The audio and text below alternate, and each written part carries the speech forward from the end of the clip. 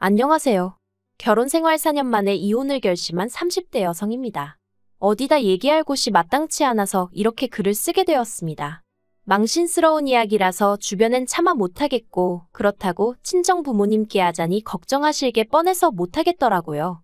하지만 그저 끙끙 혼자 앓자니 이러다간 정신이 어떻게 돼버릴 것 같아서요. 정말이지 결혼 전에는 이런 사람일 줄은 생각도 못했는데 도대체 어디서부터 꼬여버린 건지 모르겠어요. 남편하고는 가게 사장하고 아르바이트생으로 만났습니다. 어디서부터 이야기를 해야 하나 싶은데 제가 대학을 안 나왔어요. 그게 제가 못난 탓도 있었겠지만 일단 저희 부모님이 저를 뒷바라지해 주실 만한 여력이 없으셨거든요. 게다가 지금은 돌아가셨지만 몇 년 전까지 할머니가 살아계셨는데 여기저기 많이 아프셨어요. 그런데 저희 부모님이 그런 할머니를 외면하지 못하셔서 병원비로도 돈이 많이 나갔죠. 아무튼 그래서 솔직히 제가 공부에 얼마나 열정이 있었다면 모르겠지만 딱히 그런 것도 아니었고 그렇다 보니 무턱대고 남들이 다 가니 나도 보내달라며 대학 가겠다는 고집을 부리지 못했습니다. 자포자기를 했달까요? 그런데 그러고 나니까 점점 시간이 갈수록 학벌에 대한 컴플렉스도 느껴지고 그러다 보니 한 곳에 정착을 못하고 어디 사무실 같은 데로 출퇴근도 하다가 또 관두고 아르바이트도 하다가 그렇게 철새처럼 여기저기 옮겨 다니게 되대요. 그러다 한 번은 주점에서 아르바이트를 하게 되었는데 남편이 거기 사장이었던 거고요. 남편은 저보다 10살이 많았는데 그래서 그런가 대화를 나눠보면 생각이 깊은 것도 같았고 또 저에게 이래라 저래라 지금 생각해보면 쓸데없는 잔소리였는데 그게 그때는 얼마나 피가 되고 살이 되는 조언처럼 들리던지 말이에요. 아무튼 그래서 그런 남편에게 저는 조금씩 호감을 갖게 되었고 남편은 그런 제 마음을 눈치챘던 건진 모르겠지만 남편도 남편대로 저한테 무척 잘해주었답니다. 그래서 남편이 저에게 제대로 사귀자 한 적은 없었지만 조금씩 사이가 가까워져 인해 연인처럼 되었고 2년 만에 결혼까지 하게 되었죠. 신혼집은 방 2개에 반지하였는데 저는 솔직히 그것만으로도 고마웠어요. 그래도 남편 말로는 그 집이 1억이 넘는 집이라고 했는데 저는 들고 간 돈이 2천밖에 안 되었거든요. 남편이 요새는 다 반반 결혼하는데 그래도 자기나 되니까 이 정도 해오는 거라대요. 지금 생각해보면 그것도 어이가 없죠. 10살이나 많으니 솔직히 당연한 거 아니었나 싶기도 하거든요. 그런데 그때는 그냥 제가 여러 가지로 사는 게 힘들었던 모양이에요. 그래서 남편이 좀 유세를 부리고 생색을 내도 그러려니 했고 그저 하루빨리 제 가정을 꾸려 심적으로 여유 있는 삶을 찾고 싶었죠. 그래서 제 나름대로 어떻게든 좋은 점만 보고 좋은 쪽으로만 생각하려고 했던 것 같기도 해요. 그런데 결혼한 지 1년 만에 아이를 갖고 아이가 태어날 때쯤 되니까 더는 여기서 못 살겠다 싶대요. 저나 남편이야 어른이니까 그럭저럭 적응하고 살았다 치지만 애가 앞으로 여길 기어다니며 지낼 거라 생각하니 눈앞이 깜깜했거든요. 그래서 남편에게 이사를 가자고 했어요.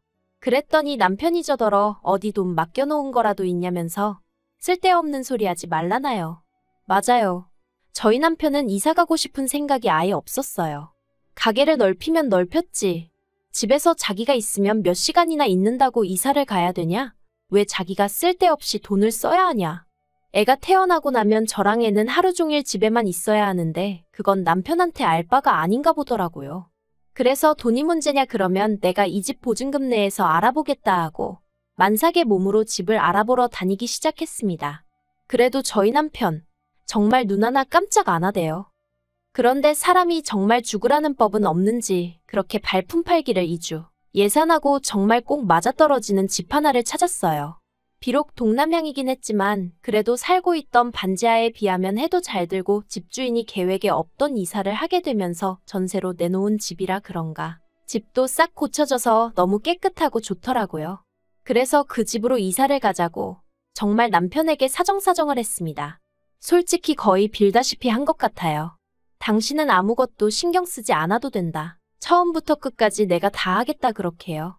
그런데 계약 당일 부동산에서 남편이 어찌나 저를 망신을 줬는지 몰라요. 솔직히 지금도 제가 그때 뭘 얼마나 잘못했고 무슨 실수를 했던 건지 모르겠지만 남편이 집주인이랑 중개인이 있는데도 만삭인 저에게 얼마나 윽박지르던지 제가 그냥 무조건 미안하다고 남편에게 사과하고 남편을 달래고 그랬어요. 그런데 그 꼴이 얼마나 보기 그랬으면 오죽하면 집주인이 남편더러 아내가 무슨 죄라도 지었냐고 너무한 거 아니냐고 대놓고 한 소리 할 정도였다니까요. 그래도 오로지 태어날 아이를 좀 더 좋은 환경에서 키워보겠다는 욕심 하나로 제 자존심을 접었습니다. 하지만 이게 다가 아니었습니다. 결혼할 때만 하더라도 경제권을 저에게 넘겨주겠다던 남편은 식을 올리고 살림을 합치기가 무섭게 어쨌든 가게 장사도 해야 하고 이런저런 이유로 경제권은 못 넘겨줄 것 같다 하대요. 그런데 거기서 그치지 않고 남편이 덧붙이기를 어차피 저는 일이라고 해봤자 살림이나 하고 애나 보고 어쩌다 가게 나와서 일이나 돕는 게 전부 아니냐면서 그런데 무슨 돈이 필요하겠냐고. 그러니까 앞으로 한 달 생활비로 50만 원에 그래도 생각해준다는 식으로 제 용돈으로 20만 원을 주겠다더군요. 그런데 아무리 이게 몇 년 전 이야기라고 해도 50만 원은 새 식구 살림을 꾸려나가는데 충분한 액수가 아니었어요. 그래서 남편에게 50만 원은 부족할 것 같다고 조심스레 이야기를 꺼냈었는데 남편이 저더러 해보지도 않고 벌써부터 돈 쓸 궁리나 하냐면서 저를 무슨 사치스러운 사람 마냥 취급을 하더라니까요. 그래서 울며 겨자 먹기로 어쩔 수 없이 50만 원으로 살림을 시작했는데 아니나 다를까 턱없이 부족했어요.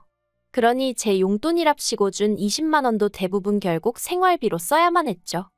그리고 이런 생활이 계속되던 와중에 정말 우연히 고등학교 때 친구랑 마주쳤습니다.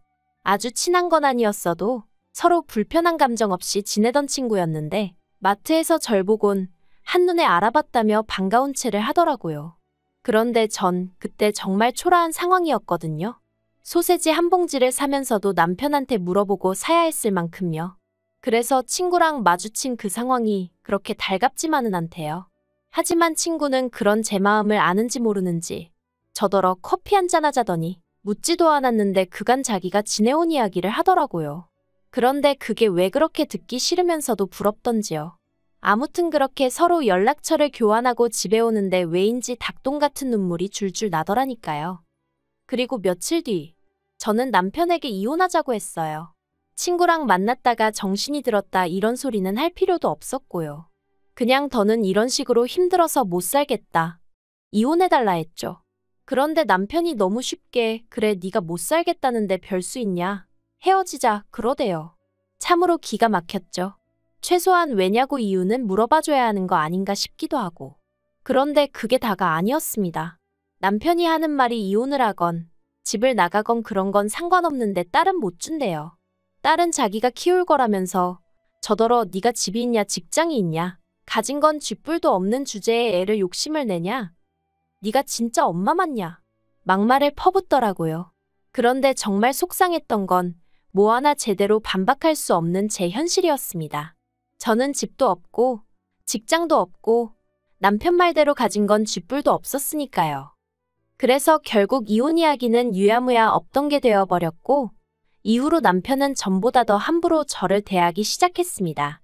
그나마 몇 푼 주던 용돈인지 뭔지도 자기가 그걸 왜 줘야 하냐며 끊어버리더니 이후론 정말 제가 티셔츠 한 장, 머리끈 하나 사는 꼴을 못 보더라고요.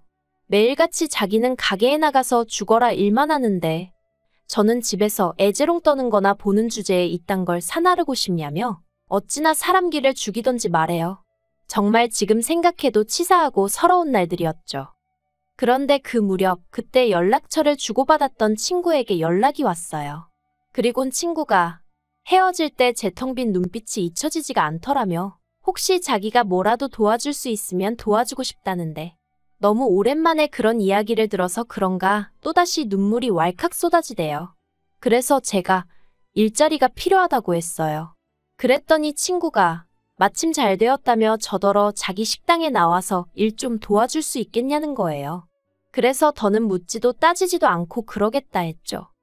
그리고 바로 3일 뒤 출근을 시작했는데 알고 보니 친구가 운영하는 식당은 언론에도 몇 번이나 소개되었을 만큼 소문난 맛집이었습니다. 그리고 친구는 저에게 그냥 설거지나 재료 손질만 시키는 게 아니라 가게 운영 전반에 걸친 모든 걸 알려주려고 하더라고요. 그땐 그 이유를 몰랐지만 어쨌든 저는 모든 게 즐거웠어요. 남편 주점에서는 그렇게 몇 년을 일했는데도 걸핏하면 싫은 소리를 듣기가 일쑤였는데 친구네 식당은 달랐거든요. 한편 남편은 그렇게 툭하면 저더러 돈도 안 벌어오는 게 쥐뿔도 없는 게라며 무시를 해대놓고 막상 제가 친구 식당에서 돈을 벌어오니 그건 또 그거대로 마음에 안 든다는 식이 돼요. 애엄마가 돼서는 애는 안중에도 없고 돈 몇 푼 벌자고 그러고 다니는 게 정상이냐면서 말이죠.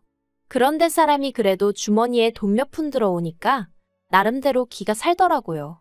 친구 식당이 무슨 숙박시설은 아니지만 막말로 남편하고 싸우다 쫓겨나면 전에는 친정엔 차마 못 가겠고 그러니 어디도 갈 곳이 없는 거나 마찬가지였거든요. 그런데 이젠 친구 식당이라도 가 있으면 된다 하는 생각도 들고 그러니까 저도 전처럼 기가 죽지는 않더라고요. 그래서 애를 그렇다고 내가 나 몰라라 한 것도 아니고 어린이집에서 잘 봐주고 있는데 왜 시비냐 하고 맞붙었어요. 그랬더니 남편은 그 어린애를 어린이집에 맡겨놓고 마음이 편하냐며 또다시 제 심기를 건드렸고 그래서 저도 그러면 돈 더 벌어다 주라고 그럼 나도 일 안 하고 애만 보면 되니 얼마나 좋겠냐고 받아쳤죠. 그리고 그렇게 1년의 시간이 흘러 지난 5월이었습니다. 친구가 저에게 기니할 이야기가 있다더니 자기가 유학을 간다대요. 사람들이야 자기더러 성공했다 하지만 자긴 사실 프랑스에 가서 정식으로 요리를 배워보고 싶은 꿈이 있었다면서 그래도 돈 좀 벌어둔 덕분에 이제는 꿈을 쫓아볼까 한다더니 저더러 식당을 맡아달라는 게 아니겠어요. 생각지도 못한 제안에 정말 놀랐고 어째서인지 심장이 벌렁벌렁 뛰기 시작했습니다. 드디어 제 인생에서 저를 정말 진심으로 이해해주고 걱정해주는 친구를 찾았다는 사실이 얼마나 기뻤는데 그런 친구가 저 먼 곳으로 유학을 가겠다니 그것도 충격이었고 동시에 갑자기 저더러 이 식당을 맡으라 하니 걱정도 되면서 동시에 뭔가 제 가슴속에서 불꽃이 있는 듯 했달까요. 친구는 이 식당이 이래봬도 보증금도 많이 묶여있다면서 그 보증금은 자기한테 천천히 갚아줘야 한다고 그리고 월세도 이제 제 힘으로 장사해서 내야 하는 거라고 하더니 이거 공짜로 주는 거 아냐 너한테 강제로 넘기는 거야 하는데 솔직히 친구 속마음이 어떤 건지 눈치챘기에 저는 또다시 눈물을 흘릴 수밖에 없었네요. 그런데 한편 그 무렵 남편 가게는 하향세를 타고 있었어요. 솔직히 저랑 같이 일할 때도 장사가 얼마나 잘 되던 곳은 아니었는데 그래도 그때는 나름대로 흔치 않은 컨셉 덕분에 손님이 끊이진 않았거든요. 하지만 다른 곳들은 계속해서 변화를 추구하는 반면 남편은 그런 데는 관심이 없고 오로지 눈 가리고 아웅식으로 손님들한테 1, 2천 원이라도 더 받아대는데 혈안이 되어 있었으니 솔직히 안 망하고 버티고 있는 게 용하다 싶었는데 아니나 다를까 올해 들어서 하락세가 점점 더 심해지더니 권리금은 고사하고 폐업하는데도 돈이 드는데 그 돈이나 건지고 정리하겠나 싶을 정도로 고꾸라지대요. 그리고 저도 알고 보니 야가 빠진 구석이 있었나 봐요. 남편은 망해가는데 저는 사정이 나아진다 싶으니까 이번엔 결단코 이혼을 해야겠다는 생각이 들더라고요. 그래서 남편에게 다시 한번 이혼 이야기를 꺼냈습니다. 이번에도 남편 반응은 이전과 별반 다르지 않았어요. 식당에서 아르바이트 좀 한다고 그 돈으로 애 키우면서 먹고 살만할 것 같냐면서 이혼하려면 네 몸만 나가라 대신 애는 두고 가라. 또 그 소리를 하대요. 그래서 알겠다고 했습니다. 애는 당신이 잘 키워주라고 잘 부탁한다고 그리곤 보란듯이 남편 앞에서 주섬주섬 제 짐을 챙겼죠. 다만 몸만 나갈 생각은 없고 재산은 어쨌든 나도 일조한 부분이 있으니 법대로 따져보겠다 했어요. 막말로 외벌이라곤 해도 저도 집안일하고 애 키운 공이 있는데 누구 좋으라고 몸만 나가겠냐고요. 그런데 남편 입장에선 제가 갑자기 세게 나가니까 좀 놀랬던 모양인지 갑자기 무슨 이혼이냐면서 이혼이 애들 장난이냐 어쩌냐 헛소리를 하더니 절 붙잡더라고요. 참 아이러니하죠. 잡아주길 바랄 땐 쳐다도 안 보더니. 그리고 결국 저는 남편에게 이혼 소송을 걸었습니다. 사는 동안에도 여러 가지로 찌질한 모습만 보여주더니 이혼 하나라도 시원스레 좀 해주면 덧나냐니까 자기는 저 없인 못 산다는 헛소리를 해대며 놔주려고를 안 하더라고요.